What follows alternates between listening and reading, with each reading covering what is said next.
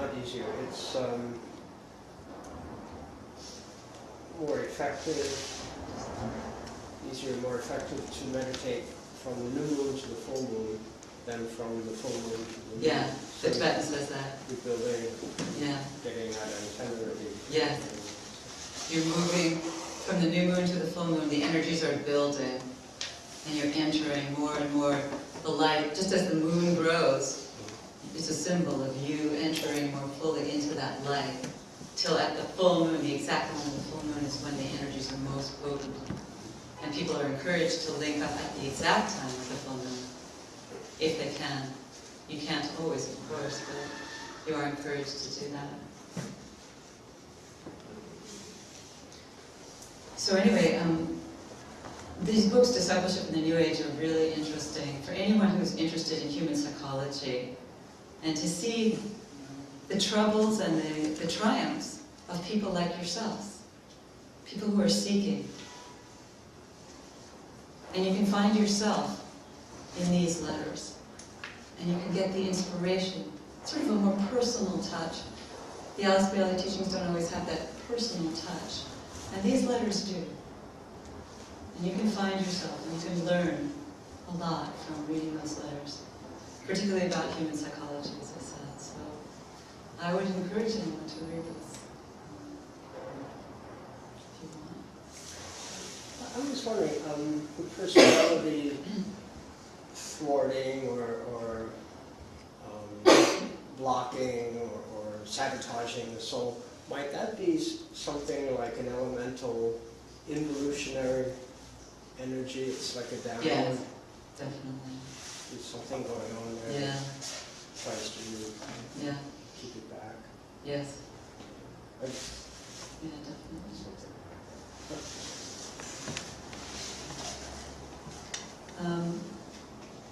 Does anyone have any questions about the full moon, the Wesak, and the Gemini full moon that are coming up?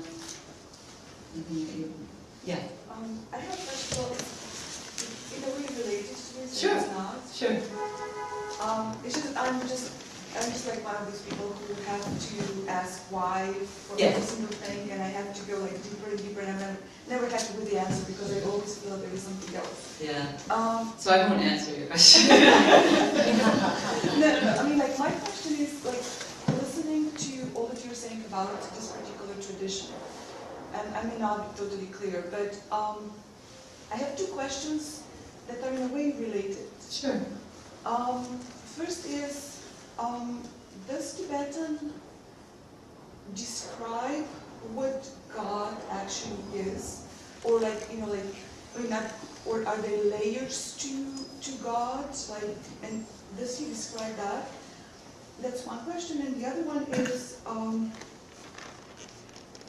I feel that all these great teachers who have come to the earth from Buddha and even before, but Buddha and Christ, and now we have Tibetan teachings through Blavatsky and through Alice Bailey.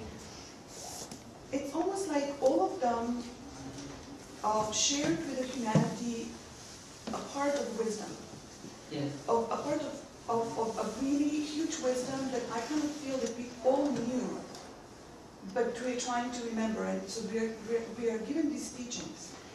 But at each point that the teaching is given, it only comes through the minds of people at that particular period in history. And I think that people kind of like, grab that teaching as 100% true. Mm-hmm. And they become very rigid when in a way they're just pointers. Yeah. So related to that, does Tibetan say anything about it? Does he say that these are just the guidelines, but you have to keep on looking because there is greater truth that will be revealed in due time? Oh, definitely. I mean, I guess I'm kind of like half clear as to what I wanted to say, but those are basically the two questions. Yeah, I mean, I think I mentioned earlier that, not tonight, but another day, that Alice Bailey herself said that when she worked with the Tibetan, she was often able to see into his mind great vistas of truth yet to be revealed. I mean, the path never ends. There's no truth that's a final truth. It's all in process of unfolding. And so, of course, what came through with this dispensation of the teachings is what we're ready for at this time. But as the Tibetan himself said, it's only the ABCs of what is to be revealed. And yes, if we make the mistake of grasping firmly to this teaching and never allowing anything that goes outside the boundary of this teaching to appear as containing truth, then we become fundamentalists, you know. And fundamentalism is alive and well in all paths, you know, including the esoteric. So, yeah, we always have to be open and searching for new levels of truth that might percolate through into our consciousness. And the Tibetan himself says that in this century and early in this century, another initiate will appear and a new dispensation of teaching will be brought forth. So this certainly isn't the end of the teaching in any way. And truth is coming through in many, many ways, many vehicles, suitable for many different types of seekers. And your question about God, well, I'm sure I can't really answer it. I can only answer it from my perspective, but the way I understand the concept of God is that it relates very much to the law of rebirth, the law of evolutionary development, which states that we all are constantly moving forward to a higher, more refined state of consciousness. And eventually we transit out of the human kingdom into what's called the kingdom of God, which is the hierarchy. But the people in the hierarchy are always moving forward themselves to higher levels of existence. It's a never-ending path. And so we all have steps to take.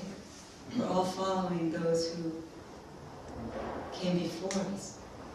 But the ageless wisdom, as I understand it, does hold to the idea that there is a transcendent God. There is, you know, Christ spoke of the Father. I go to the Father. You know, that is a concept that is contained in the ageless wisdom, that there is a transcendent, overshadowing God. But there also is very much this idea of God immanent. God transcendent, God immanent. So it's fair to say that depending on where you are in your spiritual path, you may identify with a different vision of, let's not call it God, let's call it divinity. And as you progress through your spiritual path, that's why I said like layers. You discover that what your perception at that moment of divinity was just a guiding point to reveal to you the next layer of divinity. In similar way the way you just described. Definitely. Yeah.